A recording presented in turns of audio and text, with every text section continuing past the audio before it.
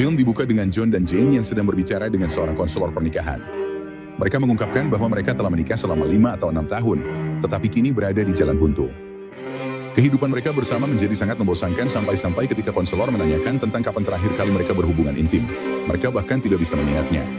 Konselor meminta mereka untuk menceritakan bagaimana mereka pertama kali bertemu. Lalu dengan adegan kilas balik, ternyata mereka pertama kali bertemu di suatu tempat di Kolombia. Mereka berpura-pura bersama untuk mengelabui polisi, padahal itu adalah pertama kalinya mereka saling bertemu. John memperkenalkan dirinya sebagai manajer konstruksi, sementara Jane menjelaskan pekerjaannya sebagai konsultan dukungan teknis. Namun, keduanya tampak sangat pandai menyembunyikan pekerjaan asli mereka. Malam itu, mereka perlahan jatuh cinta dan menghabiskan malam yang indah bersama. Ketika Jane bangun keesokan paginya, ia tidak melihat John di sampingnya. Namun, beberapa saat kemudian, menjadi jelas bahwa dia sedang menyiapkan sarapan. Sepertinya mereka memiliki perasaan yang dalam setelah malam sebelumnya. Di sebuah tempat latihan menembak, saat mereka mulai menembak, Jane menunjukkan seolah-olah ia tidak tahu cara menembak. Tapi setelah melihat John mengenai semua sasaran dengan tembakannya, ia pun memperlihatkan betapa mahirnya ia menembak. Namun, ia tetap tidak mengungkapkan di mana ia belajar menembak. Mereka begitu jatuh cinta sehingga John bersikeras bahwa ia benar-benar jatuh cinta. Meskipun sahabatnya, Eddie, mencoba membujuknya untuk tidak menjalin hubungan asmara. Saat berlatih tinju, John mengungkapkan bahwa ia bahkan sudah melamarnya. Di saat yang sama, saat panjat tebing bersama temannya, Jasmine, Jane mengakui bahwa pacar barunya itu sempurna dan menggambarkan John sebagai kontraktor yang hebat. Sekarang, setelah 6 tahun, tampaknya mereka menjalani kehidupan yang membosankan bersama. Bahkan percakapan mereka pun hampir tidak mungkin terjadi dan dalam banyak kasus, berakhir hanya dalam beberapa menit. Sesuai rutinitas, setiap pagi mereka berdua pergi bekerja dan Jane pulang lebih dulu daripada John di malam hari untuk menyiapkan makan malam. Biasanya, selera mereka dalam hal detail dan penataan rumah tidak pernah sama. Di sisi lain, John tidak suka masakan Jane dan terpaksa makan malam itu. Dan karena masakan Jane biasanya tanpa garam, ia selalu terpaksa menambahkan garam ke makanannya. Suatu hari, John pergi ke konselor pernikahan sendirian dan menjelaskan bahwa meskipun ia mencintai Jane, terkadang ia tidak tahan dengannya. Selain itu, Jane merasa bahwa dalam hidupnya bersama John, ada jarak yang besar di antara mereka dan mereka hanya terlihat seperti pasangan yang menikah.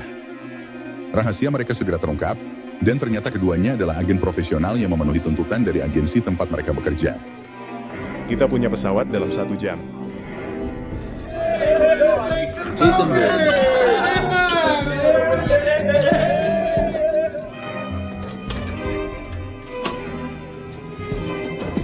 Kamu tahu apa yang terjadi pada anak nakal? Kamu adalah tugasnya. Mereka adalah yang terbaik di bidangnya dan berkat kemampuan bertarung mereka, mereka tidak pernah meleset dari target. Karena keluarga Smith bekerja sebagai agen rahasia, mereka berusaha menjaga penampilan dan sering menghadiri acara serta pesta tetangga kaya mereka agar semuanya terlihat normal. Mereka berusaha sebaik mungkin untuk menyembunyikan pekerjaan asli mereka. Bahkan saat tidur pun, percakapan mereka hanya berlangsung beberapa menit saja, dan tidak ada lagi perasaan romantis di antara mereka. Mereka menyembunyikan senjata canggih dan alat-alat mereka di tempat yang aman di rumah tanpa diketahui oleh pasangannya. John adalah manajer di sebuah perusahaan teknik dan menjadikan itu sebagai kedok untuk kejahatannya. Suatu hari, dia menerima misi dari atasannya di mana dia harus membunuh seseorang yang dijuluki The Tank yang sedang dipindahkan sebagai tahanan dia. Pada saat yang sama, Jane mendapat misi untuk membunuh seseorang bernama Benjamin. Setelah mengetahui koordinat keberadaannya, Jane pergi ke gurun tempat dia seharusnya menjalankan misinya. Dia memasang bahan peledak di jalur targetnya dan menunggu sampai waktunya tiba. Tiba-tiba, John datang dengan jeepnya, mengacaukan rencananya. Jane tidak bisa melihat wajahnya dan mengira dia adalah warga sipil, tapi ternyata mereka berdua tampaknya memiliki target yang sama. Beberapa saat kemudian, Jane menyadari bahwa dia bersenjata, jadi dia menembaknya, tapi John selamat berkat rompi anti peluru.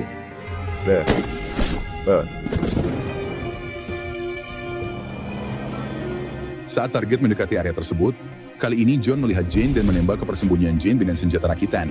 Dan sementara itu, target yang seharusnya mereka bunuh justru lolos. Setelah itu, John bertemu Eddie di restoran dan menjelaskan kepadanya bahwa misinya hancur gara-gara seorang gadis dan satu-satunya petunjuk untuk menemukannya adalah sebuah laptop. Jane, yang sedikit terluka akibat ledakan, dengan marah menuntut agar rekaman video insiden tersebut segera diberikan kepadanya. Kepala perusahaannya menelepon dan memintanya segera menemukan serta membunuh orang itu, dan dia hanya punya waktu 48 jam untuk melakukannya. Jika tidak, dia akan dibunuh sesuai dengan peraturan perusahaannya. John membawa laptop itu ke temannya untuk mencari petunjuk, dan dengan memeriksa isi memorinya, ia menemukan sebuah alamat di New York.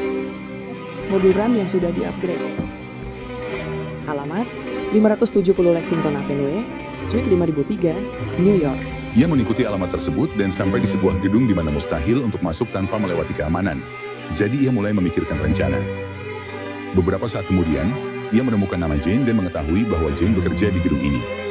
Jadi, ia curiga bahwa gadis yang ia lihat di gurun kemungkinan besar adalah Jane. Ia pun terkejut. Di sisi lain, dengan memeriksa rekaman video, Jane melihat pola perilaku pada penyerang itu, yang membuatnya yakin bahwa dia adalah John.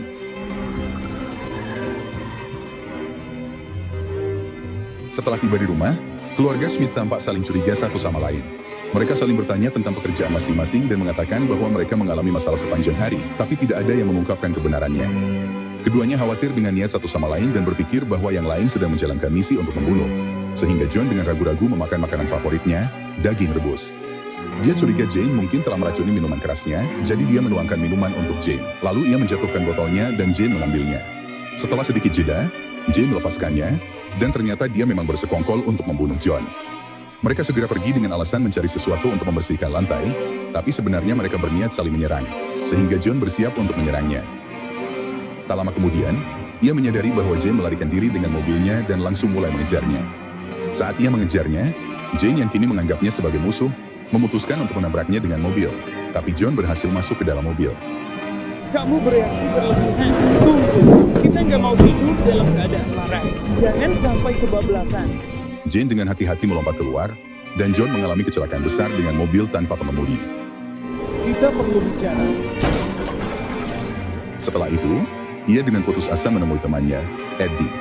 Ia menceritakan situasinya pada Eddie dan mengatakan bahwa ia sudah tidak lagi mempercayainya. Eddie juga mencoba mengubah pandangannya tentang Jane dan menjelaskan bahwa selama ini Jane telah mengumpulkan informasi dan mungkin saja sedang mendengarkan mereka sekarang karena dendam. Di sisi lain, Jane membicarakan John dengan temannya, dan Jasmine berusaha meyakinkan Jane bahwa ia tidak pernah mencintai John dan sekarang ia harus membunuhnya, dan tidak ada yang lebih pantas melakukannya selain Jane. Eddie juga sangat curiga pada Jane sampai-sampai ia berpikir bahwa Jane sedang menguping mereka dan semakin memprovokasi John agar ia mengambil senjata mematikan untuk membunuh Jane. Masing-masing dari mereka, dalam kesendirian, memikirkan bagaimana mungkin pasangan mereka memutuskan untuk membunuh mereka setelah 6 tahun hidup bersama, dan pikiran ini sangat menyakitkan bagi keduanya. Keesokan paginya, karena takut dengan langkah John selanjutnya, Jane dan sekelompok rekannya menggeledah rumah untuk mencari petunjuk tentang keberadaan John. Namun, Jane tetap kesal karena mereka menonton rekaman video pernikahan mereka dan ia menghentikan mereka. Tak lama kemudian, John pulang ke rumah, dan setelah mencari-cari, ia menyadari bahwa semua perlengkapan senjatanya telah hilang. Jadi, meskipun ia sangat gugup, ia memutuskan untuk mengejutkan Jane dengan menyerang kantornya. Ketika Jane mengetahui tentang serangan ini, ia segera memerintahkan evakuasi darurat. Para wanita langsung meninggalkan gedung dengan perlengkapan canggih. Di saat-saat terakhir, John menghentikan tembakannya ke arah Jane, dan Jane pun ikut melarikan diri. Sialan, kamu benar-benar brengsek, sangat keterlaluan dan sungguh membuatku marah serta kecewa. Aku tidak habis pikir bagaimana kamu bisa sejahat itu, benar-benar tidak bisa dimaafkan. Ia mencari petunjuk di antara peralatan yang hancur sementara Eddie terus mendesaknya untuk membunuh Jane. Karena mereka berdua dulu sering melakukan pembunuhan untuk badan keamanan, Eddie yakin bahwa rumahnya sudah tidak aman lagi untuknya. John mendapatkan petunjuk tentang lokasi mereka dan memutuskan untuk menyerang gedung itu. Jadi, ketika ia sampai di sana, ia mencoba naik lift. Namun, ia menyadari bahwa Jane sudah tahu keberadaannya dan telah menonaktifkan lift tersebut. Jane memperingatkannya bahwa ia harus meninggalkan kota atau ia akan meledakkan lift itu sekarang juga. Dengan tidak percaya, John menolak dan malah memprovokasi Jane untuk meledakkan lift tersebut. Saat Jane ragu-ragu, salah satu rekannya mengikuti rencana dan meledakkan lift itu. Kamu sudah mengucapkan selamat tinggal. Apa-apaan itu barusan? Setelah lift jatuh dari lantai 70, Jane keluar dari mobil rahasia dengan perasaan sedih. Dan melihat raut wajahnya, tampaknya dia tidak senang dengan kematian John. Pada saat yang sama, John sebenarnya lebih cerdas dari itu, dan ternyata dia masih hidup, namun dia marah karena istrinya berencana membunuhnya.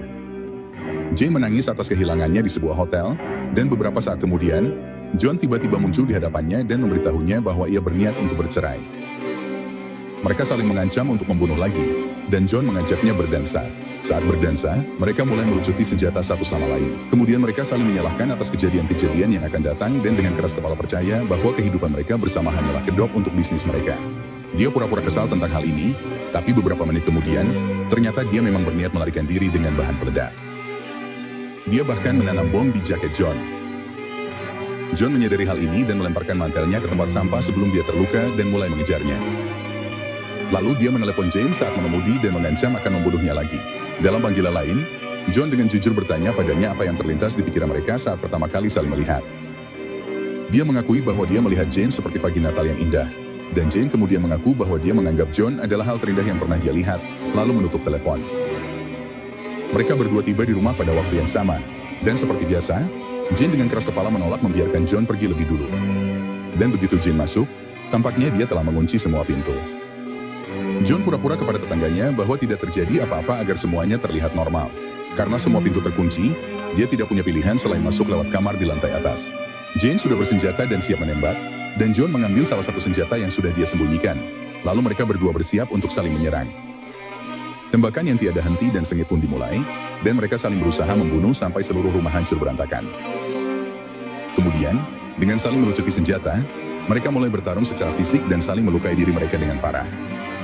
Setelah pertarungan yang melelahkan, keduanya saling menodongkan senjata dan saling berhadapan, tapi tak satu pun dari mereka menembak. Meskipun mereka saling meminta untuk membunuh, tak satu pun yang rela membunuh yang lain karena cinta mereka satu sama lain. Mereka menyalakan kembali cinta mereka dan menikmati momen-momen indah bersama. Setelah itu, saat mereka sedang bercinta, tiba-tiba diganggu oleh tetangga yang melaporkan ke polisi karena keributan akibat pertengkaran, dan mereka berusaha membuat semuanya terlihat baik-baik saja meskipun rumah berantakan. Saat waktu makan, mereka mulai saling mengungkapkan rahasia tentang pekerjaan mereka. Di saat yang sama, tampaknya mereka sedang diawasi oleh agensi masing-masing dan serangan terhadap mereka akan segera terjadi. Saat mereka sedang berbicara, keluarga Smith diserang. Setelah bersikeras dengan cara bertindak masing-masing, mereka buru-buru melarikan diri ke ruang bawah tanah dan mempersenjatai diri dengan senjata-senjata yang sebelumnya telah mereka sembunyikan. Para penyerang segera menemukan lokasi mereka dan melemparkan granat ke ruang bawah tanah. John langsung memindahkan granat itu sehingga granat tersebut diletakkan di bawah tangki bahan bakar, dan terjadi ledakan besar hingga seluruh rumah hancur.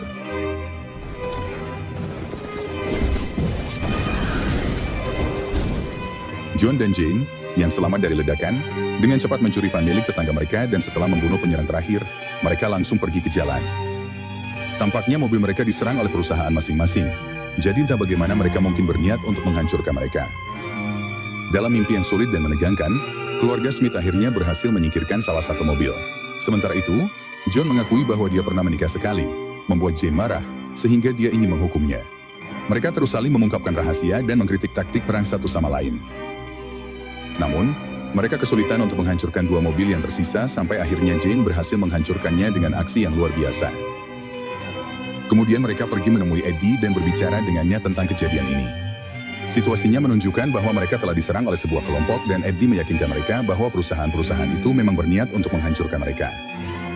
Dia memperingatkan bahwa mereka bisa saja dipisahkan dan bertahan hidup.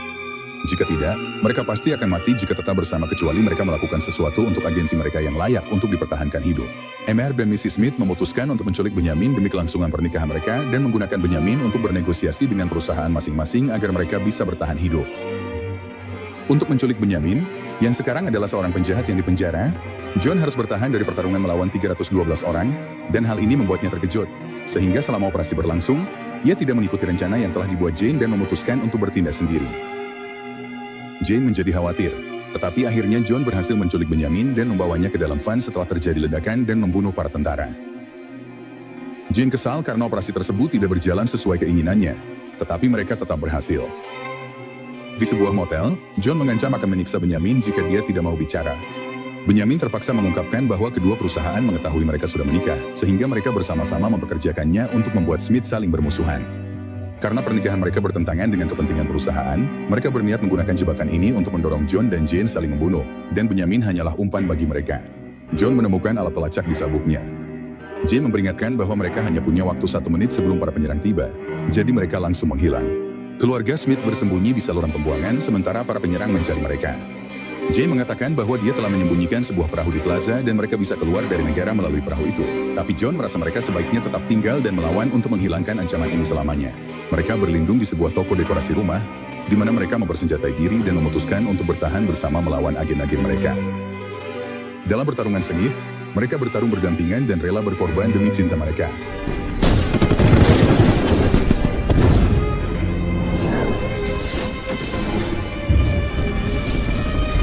Meskipun melihat banyak luka, mereka berhasil mengalahkan musuh-musuh mereka dan menyingkirkan semua penyerang. Pada akhirnya, mereka kembali bertemu dengan konselor pernikahan mereka dan memberitahunya bahwa semuanya berjalan dengan baik dan mereka berencana untuk membangun kembali rumah mereka.